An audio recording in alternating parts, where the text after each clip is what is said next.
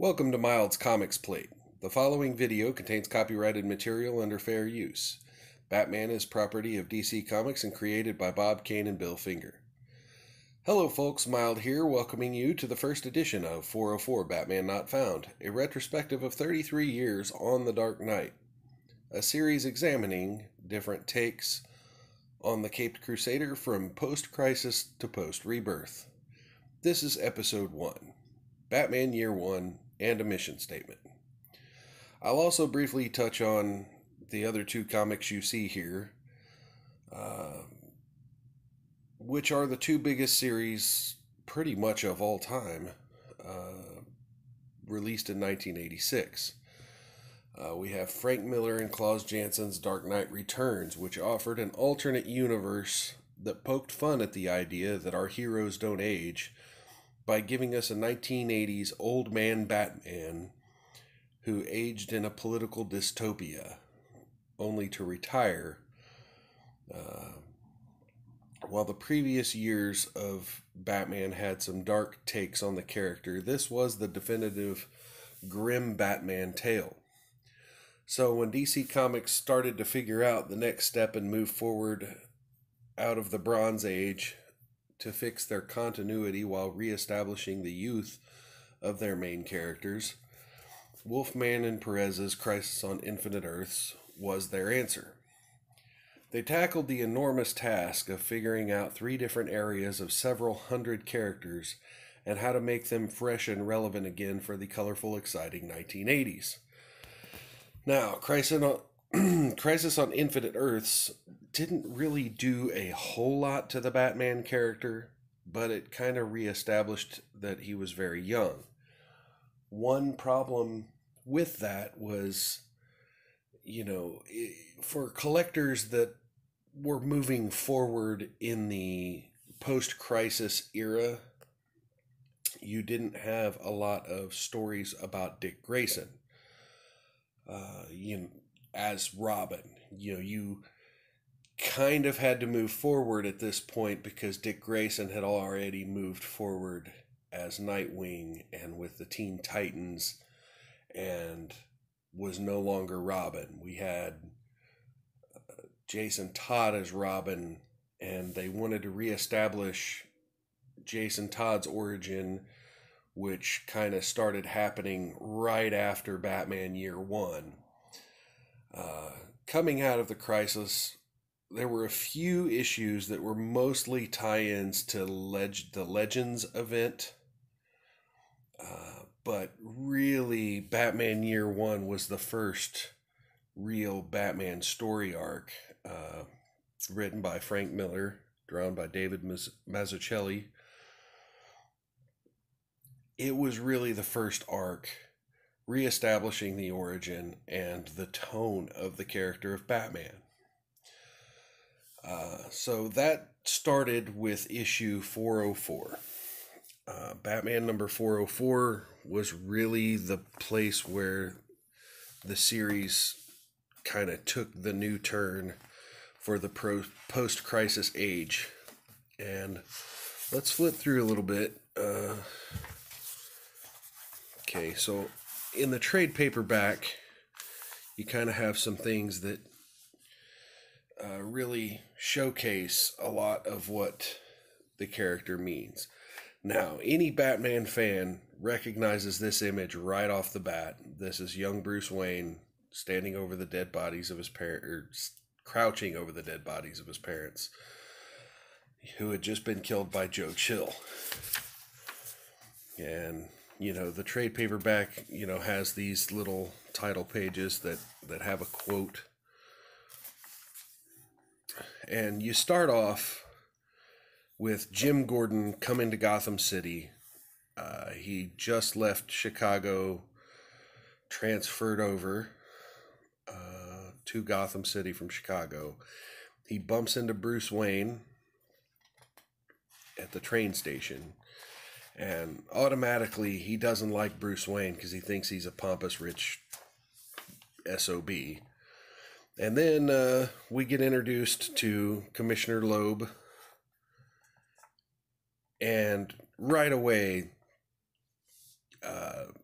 Frank Miller tries to really imply that Loeb is dirty, the entire police department's dirty, and they're all working for Falcone. If you've seen the movie trilogy with Christian Bale, you know that movie took a lot from this comic. Falcone was the head of the Italian mafia in Gotham City, a story thread that continues in several other comic books. You know, that he's really established as, in the early years of Gotham City, you couldn't really do business without doing business with Falcone. So the police are on the take, thanks to Commissioner Loeb, and Falcone's running the show. Quickly, Gordon finds himself afoul with the crooked police officers, and they dress up as thugs and beat the hell out of him right away. Now, this is an epic scene here. This is supposed to reestablish the first time Bruce Wayne meets Catwoman. Now, it's just Bruce Wayne and Selina Kyle. They are not Batman and Catwoman. Selina Kyle is taking care of this young lady, Holly, here. And, she's being pimped out to some no-good, shady characters on the street. Bruce decides he's going to get involved. And, knocks the guy out who's harassing her, and gets a knife in the leg for it. So, then Selina comes down because she views Bruce as messing with Holly, and he's laying there bleeding to death, escapes a cop car, makes his way home. I'm going to skip a couple of pages here. He's waiting to see whether or not he should alert Alfred to try to get medical attention. When a bat crashes through the window, he gets the idea to become a bat. He's considering laying there bleeding to death, and at the last second decides to ring the bell to have Alfred come help him. So I wanted to skip a few pages here for the copyright overlords. Make sure we don't get a copyright strike on my first video.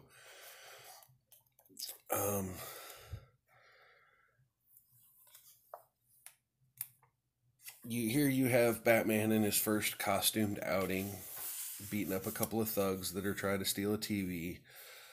He quickly realizes he doesn't want to let this guy die. And so in order not to let this guy die, he's hanging on to him while the other guys continue to beat the hell out of him. And so that kind of establishes Batman as, I don't want to kill. I'm willing to take a worse beating in order not to have my the criminals that I'm apprehending. I'm willing to take a bigger beating so that they don't die. Death becomes a very important ongoing theme in the Batman mythos, and that really shows it. Here we have it being established that the police department is forcing Jim Gordon to view Batman as a criminal and an enemy, while also establishing that Jim Gordon starts to have a relationship with Sarah Essen, even though he's married to Barbara Gordon and has one young child, and she's pregnant with another. Quickly flip through a couple more pages here. Now this is an interesting panel here. Batman has just broken into a dinner being held by some of Gotham's criminal elite and political elite. And he says, you've eaten Gotham's wealth and its spirit. Your feast is nearly over. From this moment on, none of you are safe. So he lets them know that there's going to be a war on their criminal enterprises, and that he's going to do what he can to keep Gotham safe and turn it into a noble place again. Some more panels of Jim Gordon and Batman both kind of having their war on crime. This is kind of establishing that they've, run into each other, that they don't necessarily like each other. Okay, you have, the woman that he's in love with, the woman that Gordon's in love with, having Batman at gunpoint. And yeah, he wants to shoot him, but he can't. His fingers don't work. It's like an instinct knows that this guy isn't the bad guy. And this is what I find interesting about this series. You have Gordon conflicted on every level. You have him conflicted in doing what's right for his home life. You have him conflicted in doing what's right for his own mental health. And you have him conflicted in what to do as a police officer. But, in the end, the other cops start shooting at Batman. He takes a couple to the leg and escapes. And kind of, a little more about Selina Kyle. A few more incidents where the police are trying to track Batman. Try to flip through some of this for the copyright gods.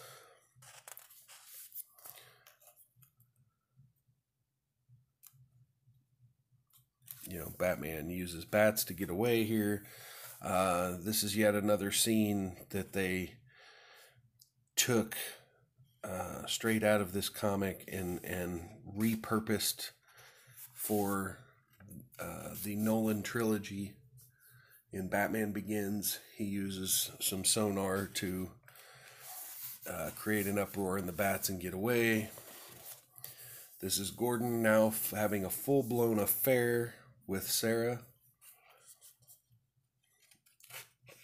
This is Catwoman saying, she's going to have to take care of Batman now because he's gotten involved. And yeah, here's the final issue. I skipped another few pages here. We have Gordon kind of facing off with Commissioner Loeb.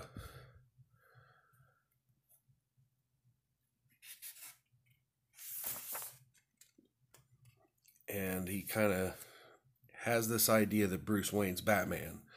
So he decides to take his wife and go pay Bruce Wayne a visit. And, Bruce Wayne's being Mr. Playboy, kind of trying to throw him off of his scent. It doesn't really work, but again, if you're a cop, you don't have proof of something, you can't really move forward. Meanwhile, it kind of skips between different weeks and different timelines, and it eventually shows that Gordon's wife just had a baby boy. So that's going to be James.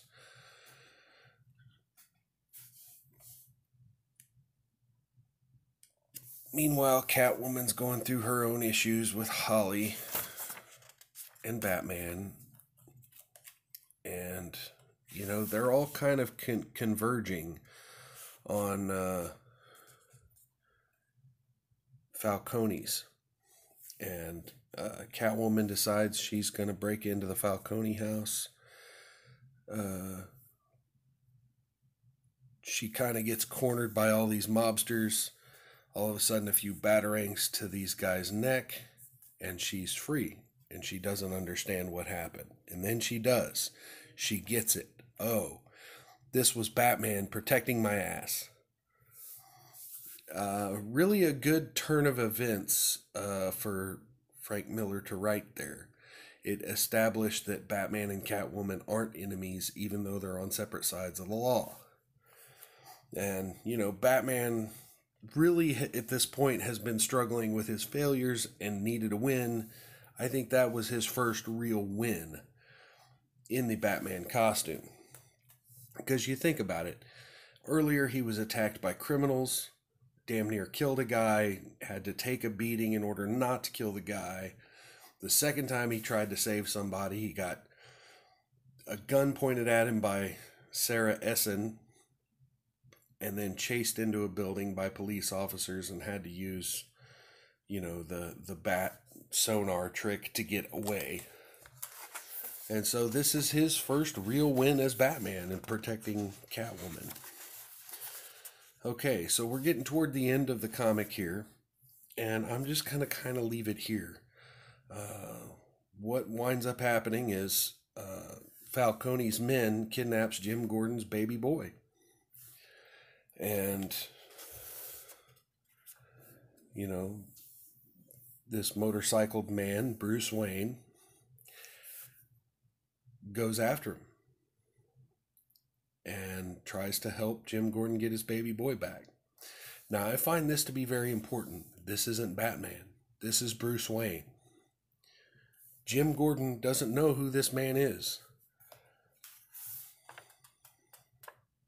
until he does. And it kind of teases on this idea that, does Jim Gordon know who Batman is? They never come right out and say it. And, it's been one of those endless questions. I think most Batman fans know that Jim Gordon knows exactly who Batman is and knows exactly what Bruce Wayne does with his spare time. But, they hesitate to come right out and say it in these more entertaining comics. Granted, there have been some where they heavily imply it, but all in all, Frank Miller's take on Jim Gordon and Batman in their first year in Gotham City and what they chose to do with it, it's a great comic. It's an instant classic. In 1986, I guess it came out in 1987, it would have been a 10 out of 10. Looking back on it in 2019, I'm going to give it a 9 out of 10. Simply because this was more of a Jim Gordon story than a Batman story. Only slightly.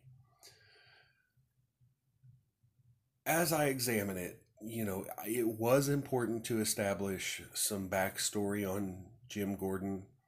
It was important to establish this corrupt police department storyline. But in the long run, it needed just a little more Batman to be a Batman story.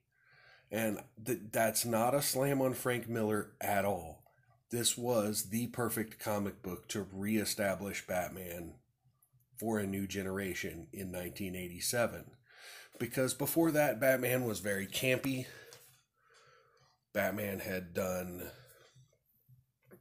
this sort of endless shuffling of villains, and to have sort of a more psychologically focused dark story arc that examined the motives of these two men, it really knocked it out of the park.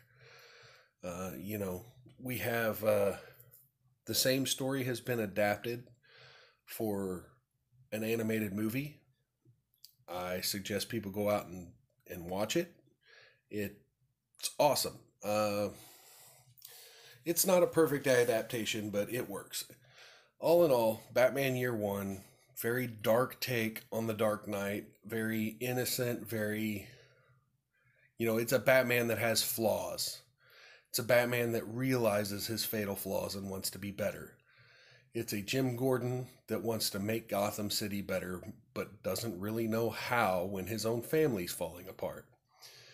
But all in all, Batman Year One was a great start to what would become the next 33 years of modern Batman comics. So now on to the mission statement.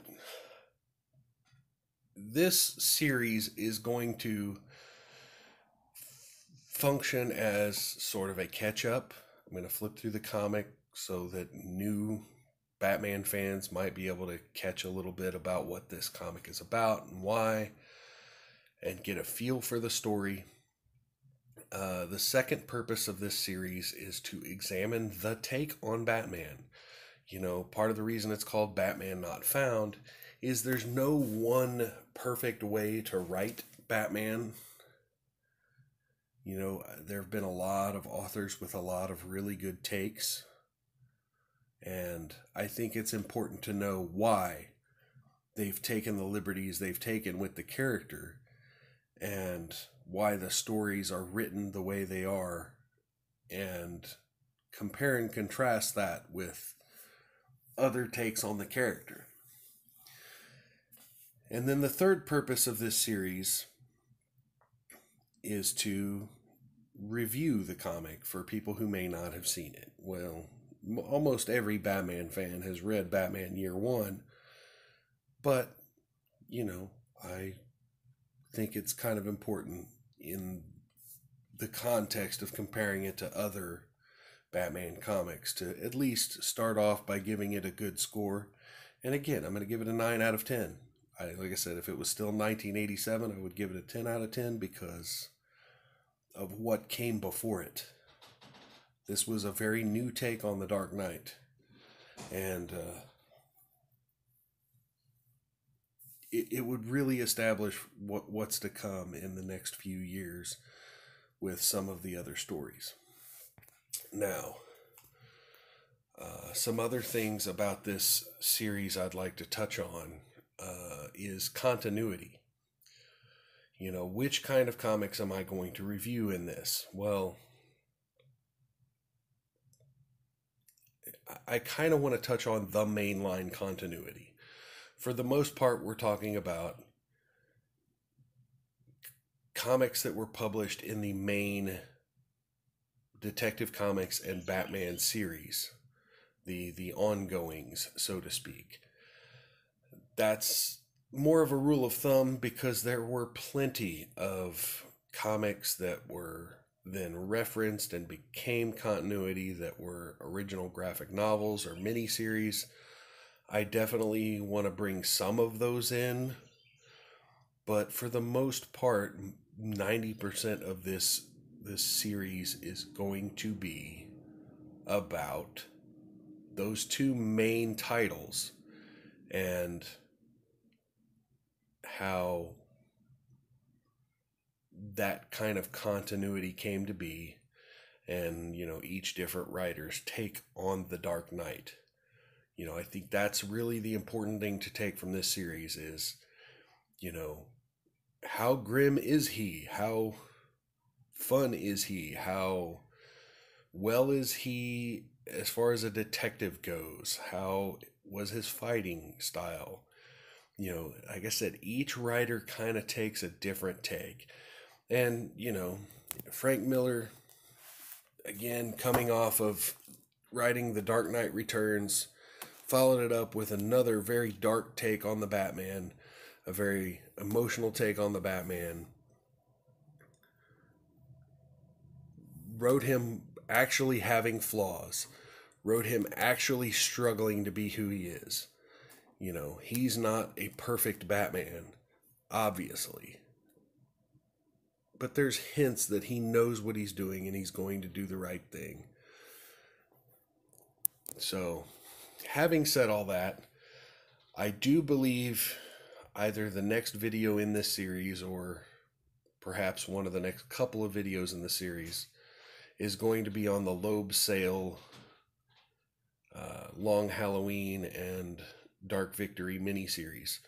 So be on the lookout for that here in the coming weeks, and I'm probably going to be doing a comic book review and maybe touch on some of my favorite Batman comics here in the next 2 days. Keep an eye out. Go ahead and hit that thumbs up. Leave me a comment. tell me how monotone and boring my voice is. uh, I'm trying to make improvements. I'm trying to keep this channel alive, get some new subscribers. Let your friends know, subscribe, hit the bell for notifications, and I will see you soon. Thank you.